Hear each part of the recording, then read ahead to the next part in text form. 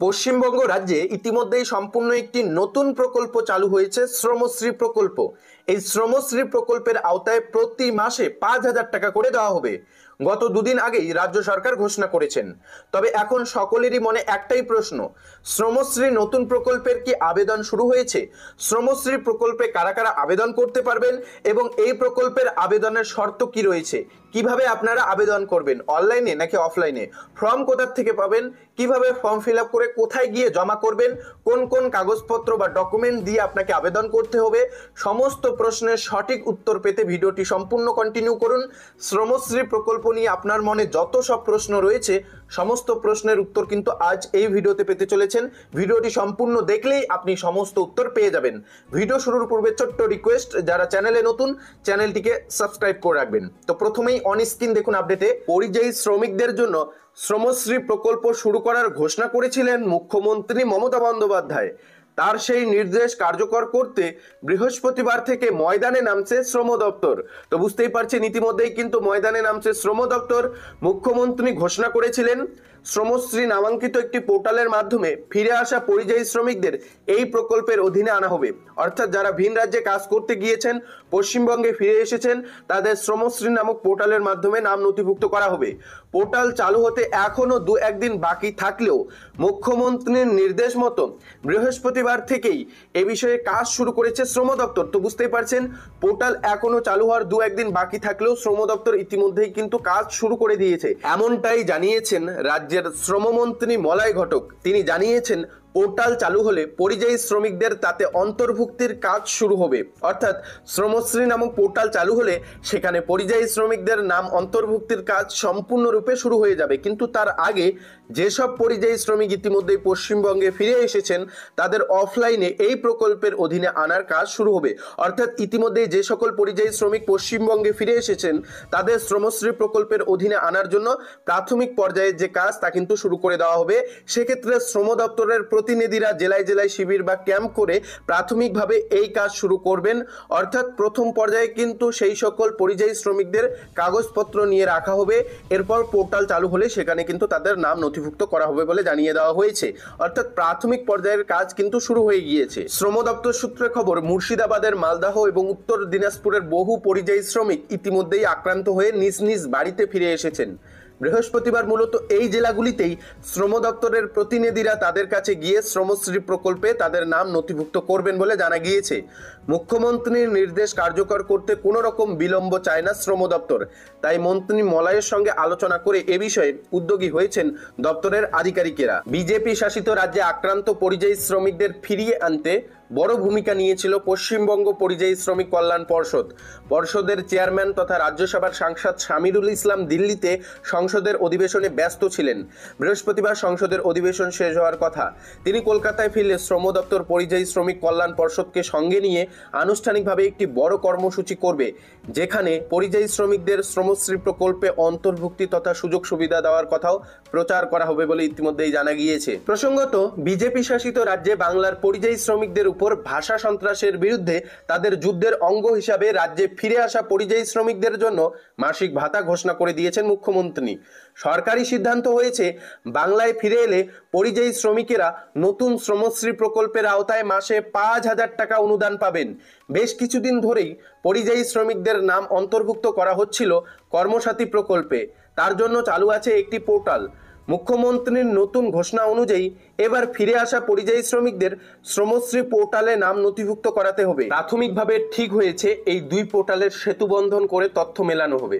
অর্থাৎ কর্মসাথী পোর্টালের তথ্য এবং শ্রমশ্রী পোর্টালের তথ্য মেলানো হবে। ভেরিফিকেশন করার পর শ্রমশ্রী প্রকল্পের আওতায় উপভোক্তাদের আনা হবে। রাজ্যের কর্মসাথী প্রকল্প অনুযায়ী নথিভুক্ত পরিযায়ী শ্রমিকের সংখ্যা 22,40,000। যদিও বিভিন্ন মহলের মতে নাম লেখানো নেই এমন অংশ ধরলে বাইরের কর্মরতদের প্রকৃত সংখ্যা আরও অনেক বেশি। ওই দিন প্রকল্প ঘোষণার পর মুখ্যমন্ত্রী বলেছিলেন যারা ফিরবেন তারা ভ্রমণ সহায়তা সহ এককালীন 5,000 টাকা করে পাবেন। পুনর্বাসন ভাতা এটা। এর মানে 1 বছর নতুন কাজের ব্যবস্থা না হওয়া পর্যন্ত আর্থিক সাহায্য দেওয়া হবে। এ ব্যাপারে নোডাল ডিপার্টমেন্ট হলো শ্রম দপ্তর। আমাদের উৎকর্ষ বাংলা আছে, সেখানে স্কিল ট্রেনিং দেওয়া হয়। ফিরে আসা শ্রমিকদের কার কি দক্ষতা আছে সেটা দেখা হবে। দক্ষতা থাকলে দরকারে প্রশিক্ষণ দিয়ে কর্মসংস্থানের ব্যবস্থা করব। এছাড়া আমরা জব কার্ড দেব। কর্মশ্রী প্রকল্পে ৭৮ লক্ষ জব কার্ড দেওয়া হয়েছে। এছাড়া লোনের ব্যবস্থা রয়েছে। আমরা পরিযায়ী শ্রমিকদের সঙ্গে সঙ্গে খাদ্যসাথী কার্ড দেব, স্বাস্থ্যসাথী থাকবে, বাড়ি না থাকলে কমিউনিটি সেন্টারে থাকার ব্যবস্থা হবে, স্কুলে ভর্তির ব্যবস্থা করা হবে ছেলেমেয়েদের, কর্মশ্রী শিক্ষাশ্রী সুবিধাও পাবেন।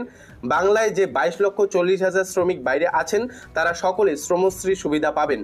যারা নাম নথিভুক্ত করেননি তারা নাম নথিভুক্ত করতে পারবেন। তার আরও সংযোজন ছিল, কিছুদিনের মধ্যে যারা রাজ্যে ফিরে এসেছেন তাদের সংখ্যা প্রায় 10,000, তারা পোর্টালে নাম নথিভুক্ত করতে পারবেন। শ্রমশ্রী প্রকল্পে নাম তুললে তাদের একটা আইডি কার্ড দিয়ে দেওয়া হবে। এর ফলে রাজ্য সরকারের সুযোগ সুবিধাগুলি পাবেন তারা। তো বুঝতেই পারছেন। এ বিষয়ে এবার আরেকটু জেনে নিন আপনারা কিভাবে আবেদন করবেন, আবেদন পদ্ধতি কি রয়েছে, সেই সকল বিষয় এবার বিস্তারিত জেনে নেওয়ার চেষ্টা করুন। বাংলা থেকে ভিন রাজ্যে কাজ করতে গিয়ে বহু শ্রমিক নানা সময় সমস্যার সম্মুখীন হন। এমন পরিস্থিতিতে নিজেদের রাজ্যে ফিরে এসে নতুনভাবে কাজ ও জীবন শুরু করা তাদের জন্য কঠিন হয়ে দাঁড়ায়। এই প্রেক্ষাপটে পশ্চিমবঙ্গ সরকার শ্রমশ্রী প্রকল্প চালু করেছে। এর মূল লক্ষ্য হলো ভিন রাজ্য থেকে ফিরে আসা শ্রমিকদের আর্থিক সহায়তা, পুনর্বাসন এবং সামাজিক সুরক্ষা প্রদান। শ্রমশ্রী প্রকল্পের মূল উদ্দেশ্য হলো বাংলার পরিযায়ী শ্রমিকদের নিরাপদে এবং মর্যাদার সাথে পুনর্বাসন নিশ্চিত করা। যারা ভিন রাজ্যে কাজ করতে গিয়ে সমস্যার শিকার হয়ে ফিরে আসছেন তারা এই প্রকল্পের আওতায় আর্থিক সহায়তা এবং অন্যান্য সুবিধা পাবেন বলে ইতিমধ্যেই জানিয়ে দেওয়া হয়েছে। তবে শ্রমশ্রী প্রকল্পে কি সকলেই আবেদন করতে পারবেন? শ্রমশ্রী প্রকল্পের আবেদনের কি শর্ত রয়েছে? কত বছর বয়স থেকে এখানে আপনারা আবেদন করতে পারবেন? সমস্ত কিছু এবার জেনে নিন। শ্রমশ্রী প্রকল্পের সুবিধা পেতে হলে আবেদনকারীর জন্য কিছু শর্ত প্রযোজ্য রয়েছে। কোন কোন শর্ত প্রযোজ্য রয়েছে দেখে নিন। আবেদনকারী অবশ্যই পশ্চিমবঙ্গের বাসিন্দা হতে হবে, অর্থাৎ শ্রমশ্রী প্রকল্পে আবেদন করতে হলে আবেদনকারীকে অবশ্যই পশ্চিমবঙ্গের স্থায়ী বাসিন্দা হতে হবে, তবে এখানে আপনারা আবেদন করতে পারবেন। যেসব শ্রমিক ভিন রাজ্যে কাজ করতে গিয়ে সমস্যার কারণে ফিরে এসেছেন শুধুমাত্র তারাই এই প্রকল্পের আওতায় আসবেন। তো বুঝতেই পারছেন। 3 নম্বরে বলা রয়েছে আবেদনকারীর বয়স ন্যূনতম 18 বছর হতে হবে, তবেই এখানে আপনারা আবেদন করতে পারবেন। আবেদনকারীকে শ্রমশ্রী পোর্টালে নিবন্ধন করতে হবে, অর্থাৎ যারা এই প্রকল্পে আবেদন করতে চান তাদের প্রত্যেককে শ্রমশ্রী নামক ওয়েব পোর্টালে নাম নথিভুক্ত করাতে হবে। এককালীন আর্থিক সহায়তা প্রত্যেক শ্রমিককে 5,000 টাকা করে দেওয়া হবে। তবে দেখুন, মাসিক ভাতা দেওয়া হবে নতুন কাজ না পাওয়া পর্যন্ত, অর্থাৎ যতদিন না আপনি নতুন কাজ পাচ্ছেন বা আপনার জন্য যতদিন না নতুন কাজের ব্যবস্থা করে দেওয়া হচ্ছে ততদিন পর্যন্ত প্রত্যেক মাসে আর্থিক সহায়তা প্রদান করা হবে।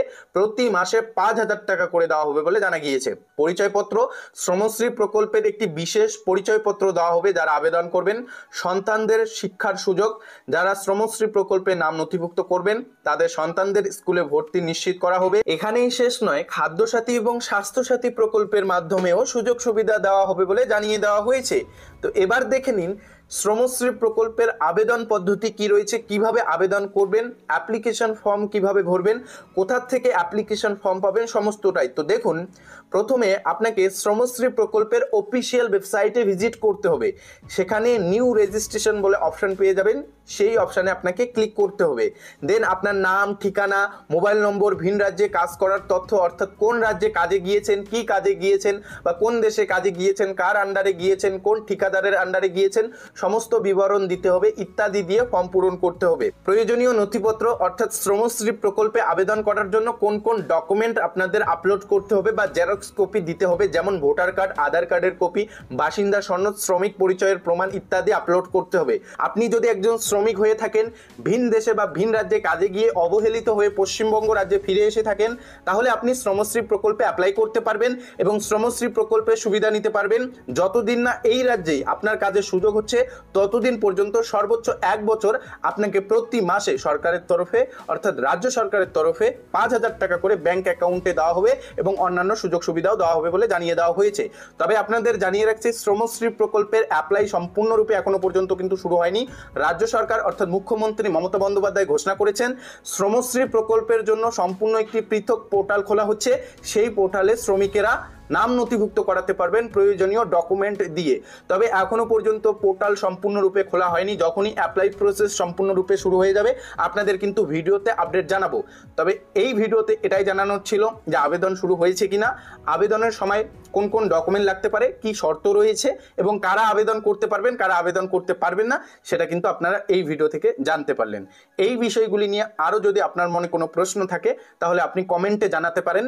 সেই প্রশ্নের উত্তর আমরা যথাসময়ে দেওয়ার চেষ্টা করব।